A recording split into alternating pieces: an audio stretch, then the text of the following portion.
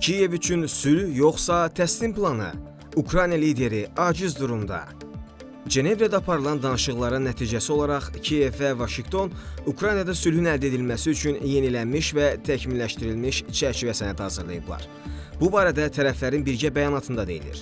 Sənədin özü hələlik dərc edilməyib. Ukraynada müharibənin başa çatması istiqamətində Amerika Birləşmiş Ştatları və Avropa İttifaqı Kiyevdə müntəzəm danışıqlar aparır. Təkliflər irəli sürür.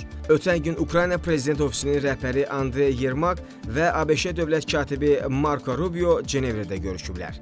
Rəsmilər bildirib ki, ölkələrin nümayəndə heyətlərinin keçirdikləri görüş məhsuldardır və birgə səylər nəticəsində Ukraynada sülhün əldə edilməsi üçün yenilənmiş çərçivə sənədi hazırlanıb. Tərəflər vurğulayıb ki, gələcəkdə istənilən sazişdə Ukraynanın suverenliyinə tam hörmət edilməli, davamlı və ədalətli sülh təmin olunmalıdır.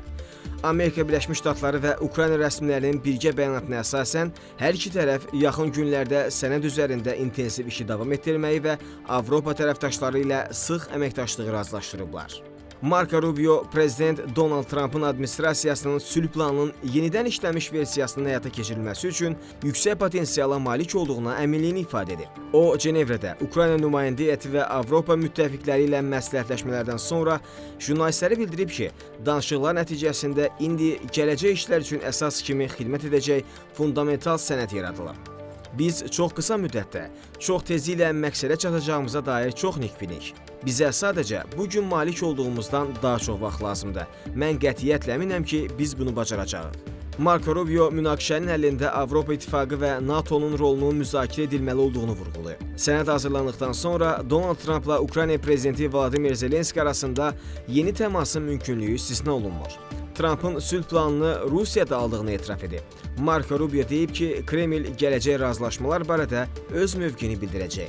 Məlumata əsasən Cenevə danışıqlarında irəliləyiş əldə edilərsə, Zelenski Ağ Evə qarşıdan gələn həftədə səfər edə bilər. Donald Trump'ın 28 maddəli sülh planında daha çox Rusiya və ABŞ-nin münafiəyi nəzərə alınıb. Həmin sənədin 5-ci maddəsində Ukraynanın etibarlı təhlükəsizlik zəmanətləri alacağı vurğulanıb. Oxşar təminat 1994-cü il dekabrın 5-də Macarıstanın paytaxtı Budapeştdə Ukrayna, Rusiya, ABŞ və Böyük Britaniya liderlərinin imzaladığı sənəddə də verilmişdi. Sənədə əsasən Ukrayna öz nüvə arsenalına imtina edir, ABŞ, Rusiya və Böyük Britaniya isə ona təhlükəsizlik, ərazi bütövlüyü məsələlərində zəmanət verirdi.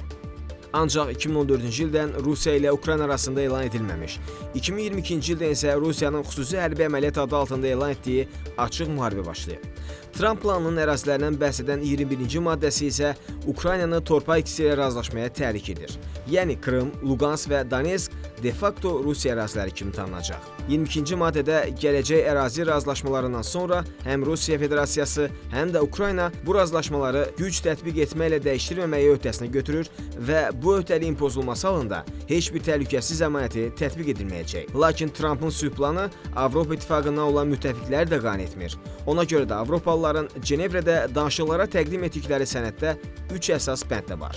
Ukraynanın silahlı qüvvələrinə məhdudiyyətlər qoyulmayacaq, Ukrayna yenidən Zaporojye Atom Elektrik Stansiyası və Kaxovka su bəndi üzərində nəzarəti əldə edəcək, həmçinin Dnepr çayı üzrə maneəsiz keçidlər və Kimburun qum zolağı üzərində nəzarət əldə edəcək, digər ərazi mübahisələri atəşkəs baş verdikdən sonra nəzərdən keçiriləcək. Yəni Ukrayna atəşkəs naminə qoşunları Donbasdan çıxarmır.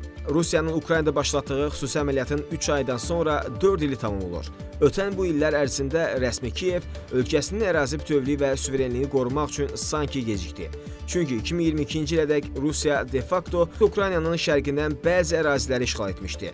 2014-cü ildən 2022-ci ilədək ötən 8 il ərzində Ukrayna ordu quruculuğu 5-ci kolon problemi, daxili siyasi çəkişmələr kimi məsələni həll edə bilməyib. Bu, Rusiyanın bütün istiqamətlərdə maraqlarını ölkəsindən çıxarmaq istəyən Ukrayna siyasi elitasının fəaliyyətinin uğursuzluğunun nəticəsidir.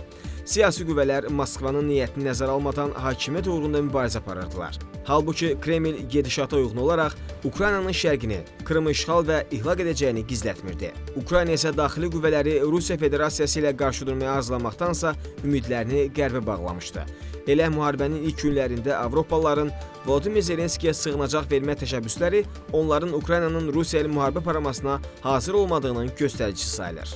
yaranmış vəziyyət vaxtilə Ukraynanın beynəlxalq güclərdən daha çox öz imkanlarına güvənməli olduğunu və doğru qərarlar verən liderə ehtiyac olduğunu göstərir. Bu mənada Rusiya-Ukrayna müharibəsi boyu Ukraynalı ekspertlərin mütəmadi olaraq Azərbaycanın təcrübəsinə müraciət etməsi və Kiyevi bu təcrübədən faydalanmağa çağırması başa düşüləndi. Prezident İlham Əliyevin rəhbərliyi altında torpaqlarını öz gücü ilə işğaldan azad edən Azərbaycan vaxtilə Qərbdən nəinki dəstək, hətta yalnız təzyiq görüb. Demokratiya və insan hüquqlarını təzyiq alətlərinə çevrilmiş Qərb dairələri nə BMT Təhlükəsizlik Şurasının qərarlarını, nə 1 milyona yaxın azərbaycanlının etnik təmizlənməyə məruz qalmasını görür, nə də Bakının haqq səsini eşitmək istəyirdilər. Əksinə, Azərbaycana torpaq itkisi ilə barışmaq təklif edilirdi. Elə ATƏT-in keçmiş Minsk qrupunun və onun həmsədrliyi institutunun fəaliyyətini qeyd etmək yetərlidir. Həmsədrlər işğalçı Ermənistanın Azərbaycan torpaqlarında törətdikləri qanunsuzluqları və vəhşilikləri görməzlikdən gəlirdilər. Prezident İlham Əliyev bütün bu təzyiqlərə, onların tutduğu Azərbaycanı təslim etmək mövqeyinə baxmayaraq mövcud reallıqları doğru qiymətləndirərək praqmatik, prinsipial və qətiyyətli siyasət yürütdü. Azərbaycanın güclənən iqtisadi mövqeyi, dünya siyasətində artan beynəlxalq nüfuzu Prezident İlham Əliyevin haqlı tələblərinin inkarını mümkünsüz etdi. Başqa sözlə, işğalçı Ermənistanın havadarlarının həmin dövrdə status quo-nu rəsmiləşdirmə imkanları tükəndi. Onların bu istiqamətdə bütün cəhdləri iflasa uğradı. Həmin dövrdə Azərbaycan heç kimdən yardım almadan öz gücü ilə haqlı savaşında qalib gəldi. Ərazi bütövlüyünü və suverenliyini bərpa etdi. Əvvəllər Azərbaycan torpaqlarının güzəşt edilməsinə çalışan qüvvələr də daxil olmaqla beynəlxalq birlik müharibənin nəticələrini və yaranmış yeni reallığı qəbul etmək məcburiyyətində qaldı. Bu gün Ukrayna prezidenti xalqa müraciət edərək seçim qarşısında aciz qaldıqlarını deyir. Ya torpaqlarını, ya da əsas müttəfiqləri itirə biləcəklərini etiraf edir.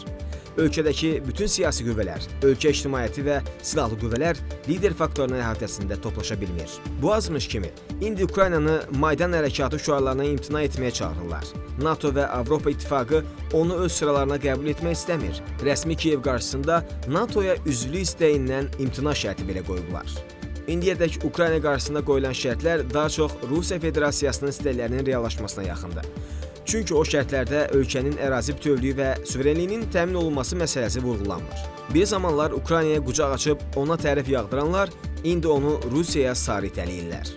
İndi Ukrayna uğrunda mübarizə gedir. Bu oyunda kim udacaq? Amerika Birləşmiş Ştatları, Rusiya Federasiyası, yoxsa Avropa İttifaqı? Qərb blokunun Ukrayna ilə əməkdaşlığı nəticəsində hələ rəsmi Kiyev cəbhədə torpaqlarının geri qaytarılması istiqamətində uğur qazanmayıb. 31 il öncə Budapeştdə imzalanan sənədi bu gün xatırlamayanların tərtib edəcəyi sülh, atəşkəs kimi planlara, Ukraynanın işğal olunan ərazilərini bərpa edəcəyinə inanmaq üçün etibara, təminata və lider ehtiyacı var.